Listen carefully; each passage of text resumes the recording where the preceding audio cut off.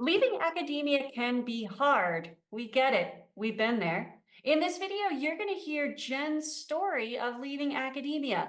Challenge it all. Yes, you know Jen. You've seen her. This is her channel. Our hope is that in hearing Jen's story, you get a little bit more normalization that leaving academia can be hard. You know you're not alone, and hopefully you find some tips and resources to make this process easier for you. For those of you who don't already know me, I'm Tori. I run Academic Exit. I help social science PhDs land industry jobs. I'm speaking with Jennifer Polk, whose business From PhD to Life helps professors, postdocs, and PhDs who are ready to leave academia but are struggling to land jobs where they are valued and respected. That about right, Jen? Anything I missed around your business? That's it. That's it. That's the overview. So today, as we mentioned, we're going to talk about Jen's story of leaving academia, good, bad, and ugly. For those of you, maybe not too much of the ugly, we'll see. For those of you who are looking to leave now, if you want to find some resources to make things easier for you so that you don't have to have as hard a journey as you're going to hear today, check those resources out in the description. You'll find links there that will empower you to leave academia more easily than perhaps Jen or I was able to. Okay, so returning to this topic, Jen, I'll cue us up with our question. What was hardest for you in leaving academia? Big sigh, big sigh. Nobody wants to be 32 years old, have a PhD. The job that you're supposed to have after the PhD is a job that you can't get, and you have no flippin' idea, no freaking idea what else you could do. Forget what else you want to do. Like, that's like not even the issue. It's like, who is even gonna hire you? So I really felt like a loser with a PhD. And I would say that to people, like, kind of joking, but like only half joking, right? Like, so I don't recommend this. Yeah, like I just felt like kind of an asshole. Felt like kind of an asshole, right? Like that really stank. I'm picturing an interesting networking strategy here. Hi, That's I'm the loser yeah. with the Hi, PhD. Nice nice to to meet meet you. you. Are you gonna hire me? I wouldn't hire me. Well, and so it sounds like that feeling of I'm the loser, I'm the asshole was really challenging for you as you're reaching the end of your PhD.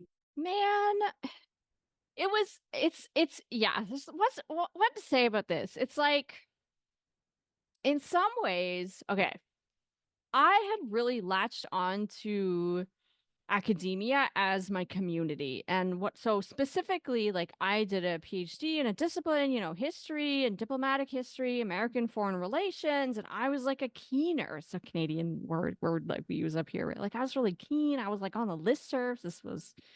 I think there's still listservs, but the heyday of the listservs and like people knew me and I was going to conferences and I was, invited to like contribute to stuff. And anyways, I don't mean to sound like fancier than I was because I wasn't that fancy. But anyways, I was like in it, right? And these are my people, and I really respected and liked these folks. And at at a certain point in grad school, that feeling of like wonderful community kind of left me a bit. So there was already a bit of not feeling so awesome. But then it got worse with the like, okay, but how do I pay my rent? Sorry, I'm getting so animated. I'm basically punching my microphone. Like how am I gonna pay my rent? Like that, right? Like this is a big question. Yeah. And I didn't know the answer to that. And the answers that I could come up with immediately, um, none of them were particularly appealing to me. So the kind of immediate answers and the answers that people would give me were like, well, you could like maybe work in academic publishing or like publishing or editing and writing. Like, what's that? And freelance, right? You could write for magazines, right? Like you could be a journalist. You could work as a teacher. teacher, right? Like K to 12. How about you can work in government? Government's always hiring, right?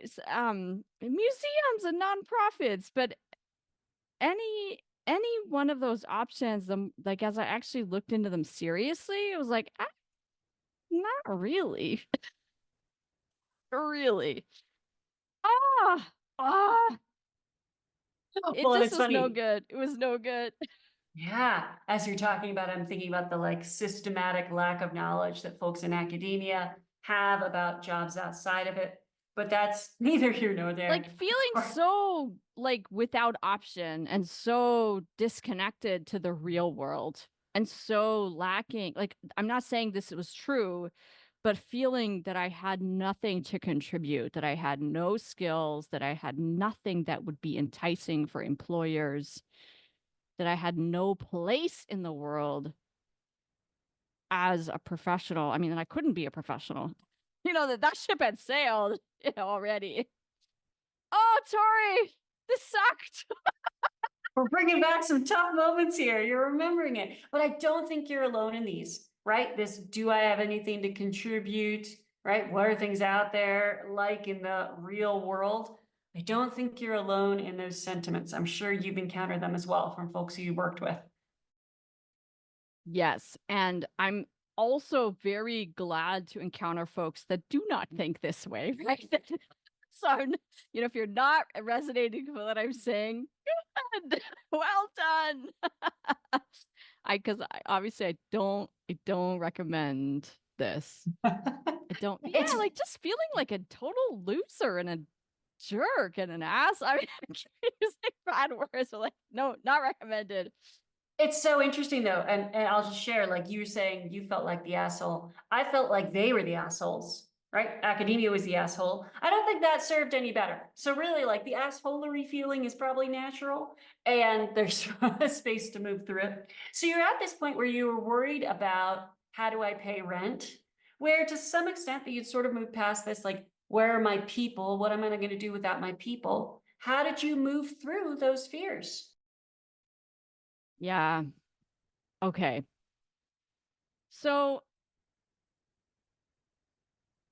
there I'm getting the chronology wrong. So, in no kind of necessarily order here, but moments. Let's talk about moments.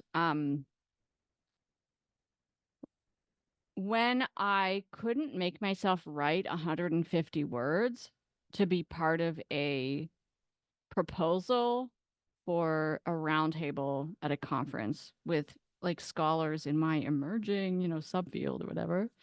And I am self-efficacy is not one of my strengths. And in some ways, I'm glad for that because it was good information of realizing like what this I had just written a 500 pages dissertation. I can write 150 words. I couldn't make myself do it. Okay, that is useful information. Um, what other moments? Realizing like, for fuck's sake, I'll just, am I allowed to swear on my own YouTube channel? Like To a limited extent, yes. I live in a big city. I live in a big city. We have government, we have multiple institutions of higher education. Not all everybody, is a professor or a student here. There's multiple hospital systems. There's like endless. There's like Bay Street, business, right? There's just like endless jobs. Like people do jobs here. I mean, I'm not such a loser. I mean, like, come on. I can speak English. I'm white. I mean, I got a leg up. I got a few legs up here, right? Like, it can't be, come on. It can't be that hard. It can't be that hard, right? So there gotta be something. So these moments of like, and I'm making myself laugh, but I don't mean to like, I wasn't trying to tell myself off, but it was like, okay, like, I mean, let's embrace some hope. Let's like be a little bit hopeful here because there are reasons to be hopeful and optimistic. So, then the challenge was, what could I be excited about? What could I be excited about? Because there are plenty of stuff that I wasn't excited about, but like, okay, I don't know what's out there. That is a problem. Like, that's a research question, right? I don't know what's out there. Okay, that's a research question. I like research questions. When I was history PhD, when I would take my research questions, I would go to the archives, right? Or like go to my bookshelf or whatever it was. So could do the, the equivalent of answering those research questions. And that was a hopeful process. And that was a fun process. That makes sense? Yes, because I think it's a great point that the asshole mindset, the I'm an asshole is limiting. It's almost in that sense of fixed and growth mindset. It's like this is permanent, this is an attribute of me, and so there's no changing it. Where hope as a mindset has a little bit more of a possibility for change.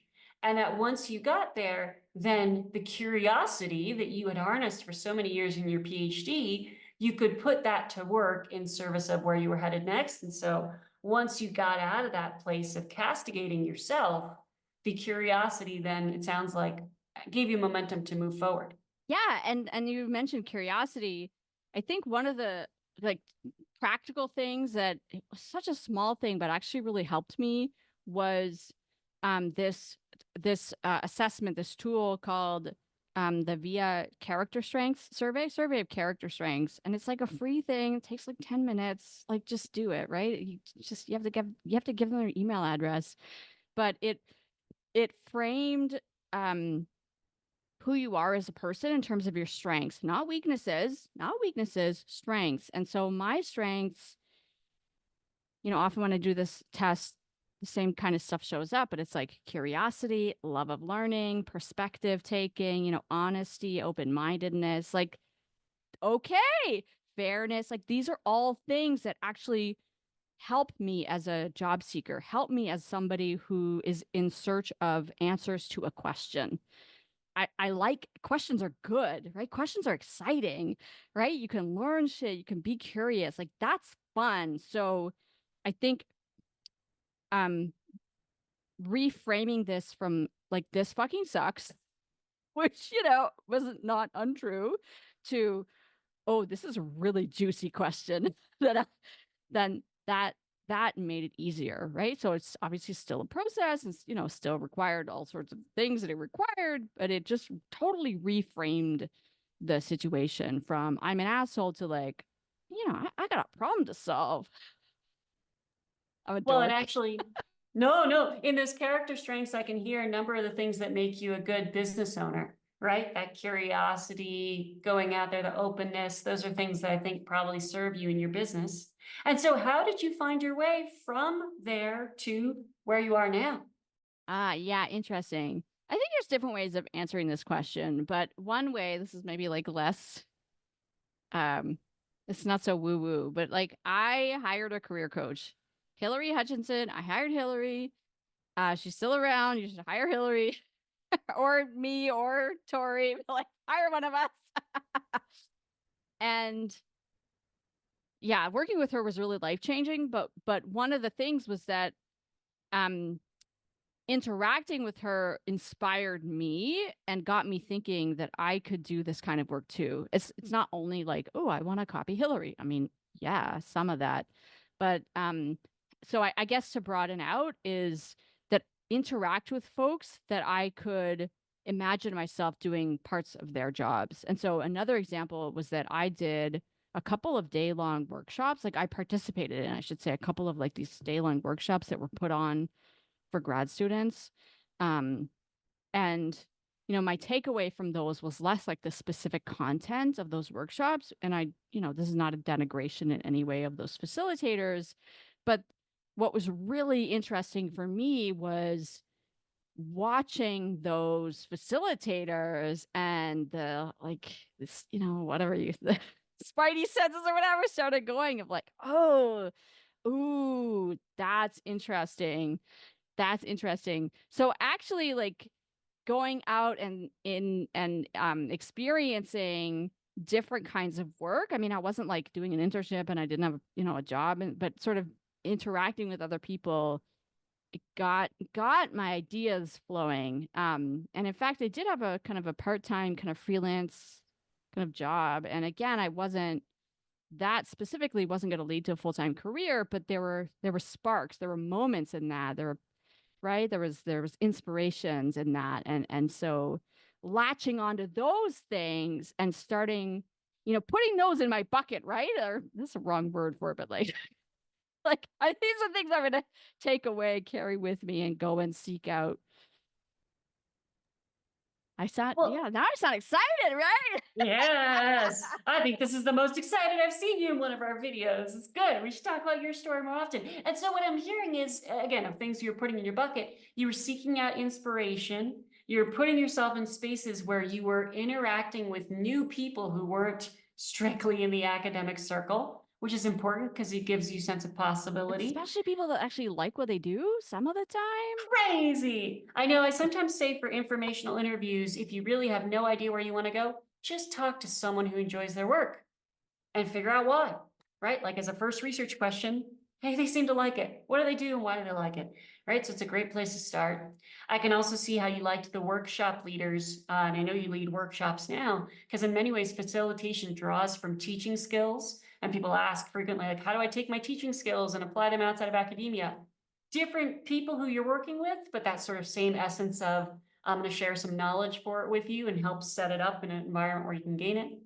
Lots of opportunity there. And so I'm curious, anything about leaving academia that turned out to be easier than you expected? What about leaving academia turned out easier than expected? Yeah, I'm laughing. So I said this up a few minutes ago where I had this list of things that seemed like maybe sort of obvious. Like if it wasn't going to be a professor, okay, what was like the next tier of things? And self-employment, freelance work. Okay, no, that wasn't gonna work. That wasn't gonna be sustainable. Like, come on, I can't do that. Well, joke's on me, right? I mean, um, there's different ways of telling the story, but one way, a true way of telling the story is that I have been self-employed now for 11 years and I'm still here. This is how I pay my rent. So it's always possible that the things that you like cross out, you realize, well, actually, um, one last thing I'll say, is that in addition to like seeking inspiration from like other people and getting other experiences, is then reflecting on what are the bits and pieces from your own work, past and present, that really lit you up, and being specific about what those are. And so, yeah, I was drawn to facilitation exactly as you say, because there's something about teaching. And for me, the thing that I really loved, one of the things I really loved in my graduate programs was working as a teaching assistant, but not grading papers, although that had its some moments, but it was facilitating group discussions because that was the thing that I had to do a lot in the kind of TA contracts I had, was facilitating those group discussions. And I had no training for that, but like, dang, man, that shit was fun. And so realizing like, oh, this is something that people do professionally. You can like sink your teeth into this. Like, now we're talking, baby. Right. It's so interesting because within that, I hear another skill that makes you a good entrepreneur, which you probably don't credit yourself with, but it's almost this. I liken it to like finding the current in water, right? So like if you're in a boat, you could like row upstream, but if you can find the current, you're going to make your life easier. And so for you, sort of having a sense of like self-employment isn't for me, but then actually as things emerged, recognizing, oh, wait, there's something here. Let me go there. I think that probably served you in your job search and still serves you today. I'm laughing. I'm smiling. I mentioned a couple of workshops, day-long workshops that I taken, and one of those workshops was about like, should you be an entrepreneur? And I remember like, in the workshop, it was a man, of course, it was a man. And, he like had this, assessment or whatever of like, did you have what it take to be an entrepreneur? And I remember being so annoyed because, the answer was no. But actually, as it turns out, buddy, you were wrong. The world is Well, more complicated than your assessment. and it was so interesting because as I was thinking about that point, I was like, do I use the word entrepreneur? Do I use the word small business owner? Is there a gendered component to that? So whole other area we can dive into in another video. I usually say self-employed, right? Which is, A anyways, different that's a space different entirely. Ooh, that's a whole nother conversation. video. Okay, let's do that another day. So I'm going to close us here, just since I think we've gotten some really good points on your journey. PhDs who are watching this, seeking jobs outside of academia. Yes, it can be hard, but as you've heard from Jen's experience, it can be hard. You can be in those moments of feeling like an asshole, and you can still find a way forward. Look for that curiosity. Look for the areas where there's opportunity in front of you. Follow those paths like Jen did. Anything else I'm missing there, Jen, that you want to highlight for folks before we close? That's great. That's great. Yeah. Thanks, Tori. I know we're gonna put the stuff Links in the below. description. Check those out. Thank you. Thank Exactly. you. So for folks who are feeling that this is hard, check out the links, make your life easier. Doesn't have to be as hard as it was for Jen and I. Excited for what's ahead for everyone who's watching. Wonderful getting to hear more about your story today, Jen. Thank you.